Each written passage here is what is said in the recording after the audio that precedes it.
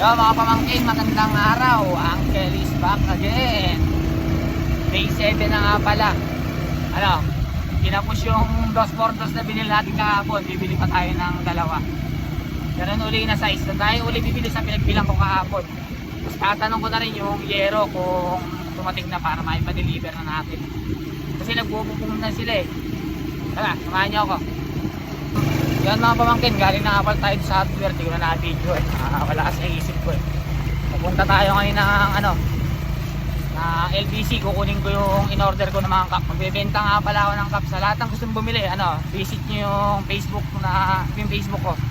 Ito, papakita ko sa inyo yung mga ano, mga ipopost ko na cup. Ito na mga pamangkin, nakakuha na natin yung ano, mga cup.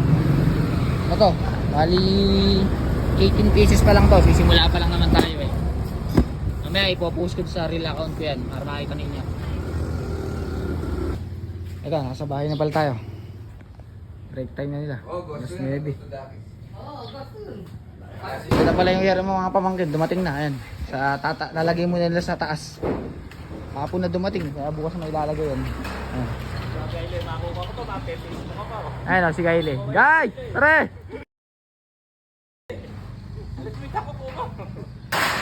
Ito na pa ginagawa nila oh.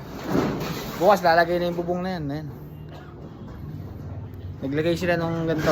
Eto, hindi ko alam, basta yan. Tatapusin na pagka natapos na yan. Tsaka dito yan, napaglalagyan na nila.